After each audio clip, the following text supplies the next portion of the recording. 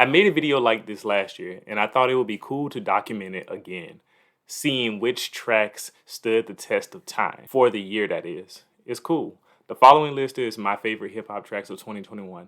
So go ahead and let me know what your favorite tracks of 2021 is right now in the comment section before we start. When it comes to hip hop music, I prefer technical rapping, which consists of intricate rhyme schemes, flow variations, storytelling, and unique cadence. So my list will lean toward tracks that feature those types of songs.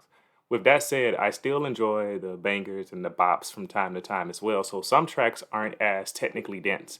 You will see though that I still prefer the tracks to have substance, so even the tracks that make you want to dance are giving you a solid message. I'll do this year's list in order of artists. First up, we have Monty.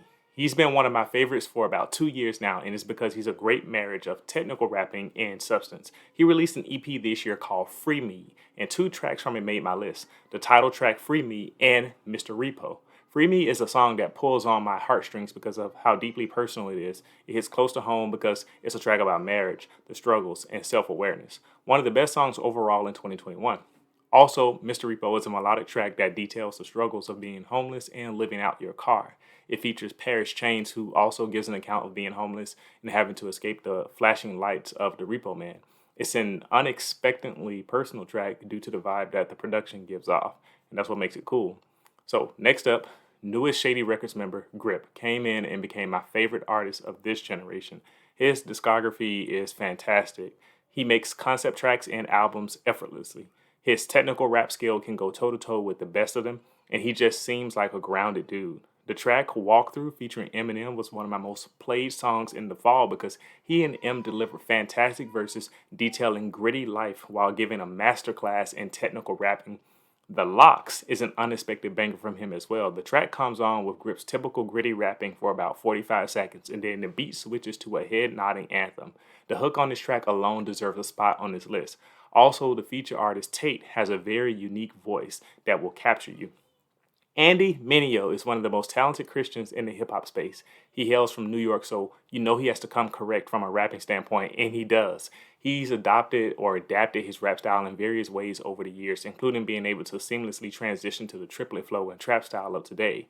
Two tracks from his 2021 album, Neverland 2, make my list, and they are It Could Be Worse and Priorities. It Could Be Worse is a track all about appreciating the life you do have instead of dwelling on all the negativity that may happen to you.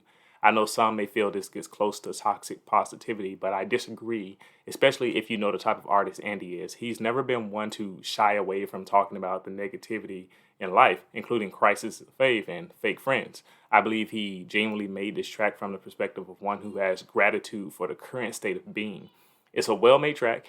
Also, Priorities is an absolute gem of a track as well. It could be played on the radio with no problems at all, and it would be well received. One of the most substance filled and sonically pleasing songs of the entire year. It's a track all about knowing how to prioritize correctly in life, what comes first and what comes last. It's a great reminder if you are having a hard time stretching yourself thin with a million things.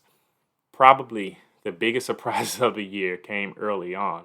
Jim Jones, yes, that Jim Jones, made a good project with Harry Fraud called The Fraud Department with a song called The People Remix. It's a socially conscious track that speaks on injustice, Black Lives Matters, and the black experience in general. It also features Conway the Machine, who has a great verse as usual, but this time the content fits the song as well, and it's one of my favorite verses from Conway I've heard.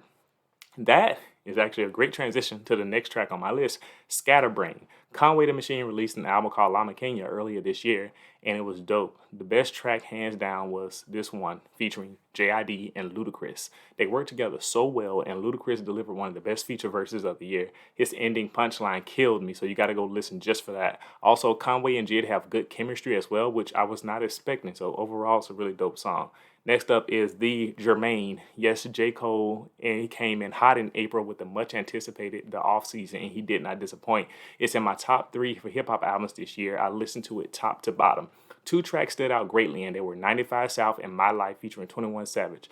95 South got way too much replay value for me. I love the instrumentation with the horns, the Cameron hype at the beginning, and the crazy rhyme scheme in that first verse where Cole kept it going for 12 straight lines is just insane. This man's pen is underestimated. Also, the remake of A Lot, My Life, was super dope. 21 Savage delivered one of his best verses ever, and it really added some depth to the songs, even though he said the chicken breast line. Now, Tierra Whack is one of the most talented artists in the industry, and you should be listening to her religiously. No, I'm kidding. She released a 3-track EP called Rap. Just Not Millions has great production and simple laid-back triplet flow, but she just communicates what she wants in a compelling way. I replay it a lot. A lot that I said about Millions can also be said about Megan Good, except it's more of a traditional rap flow, and Tierra is telling a story about her life. A nice, introspective track overall. Last year, Russ was on the list as well, and this year's project, Chomp 2, is very solid. Note to Self is a hit. It features Big Sean, Wale, and produced by Hit Boy. Everybody brings a dope verse here that is full of self-reflection and a bit of flexing, but Wale transcends everyone here. He reminds you why his name is with the Drakes, the Coles, and the Kendricks. His pen is A1. One of the lines that cracks me up is, I was in her backspace so much that she thought she was a typo. It was a great track. And my typo, what I would say. So let me know if you got that line. Lecrae and 1K Phew came through near the end of the year with this collab EP called No Church in a While. Not wild, but wow. They have been great chemistry throughout the project, so for sure, and provide some nice introspective content and some nice short bites. The lead single, Wildin', has some cool instrumentation that has a flute and uses the trap style, of course, reminiscent of Mask Off. Being in Atlanta is a given. It's a nice, fun track to vibe to if you are prone to listen to music in that manner. So now, Common's Beautiful Revolution Part 2 was even better than the first one that came out in 2020, if you ask me, and the song Imagine featuring PJ is fantastic. The production, the singing, and Common's lyrics mesh together perfectly to make a great song. I can't do it justice by telling you about it. Just go listen to it.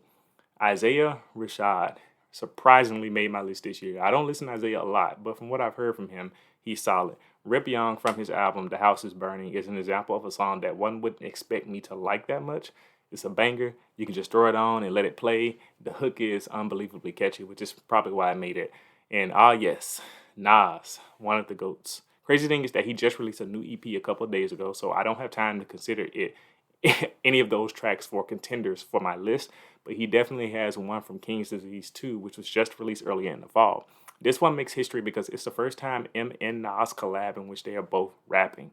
They're also paying homage to EPMD here, as well as so this makes a classic hip-hop track. The flows are exquisite, the flexes are big, and the rapping is classic. I'm glad I was able to appreciate this hip-hop moment. And I'm sure there are some songs that I just couldn't remember, but these are for sure ones that I love this year. Also, shout out to Lute from Dreamville, Lil Sims from the UK, AZ, and Skyzoo for making some solid projects this year.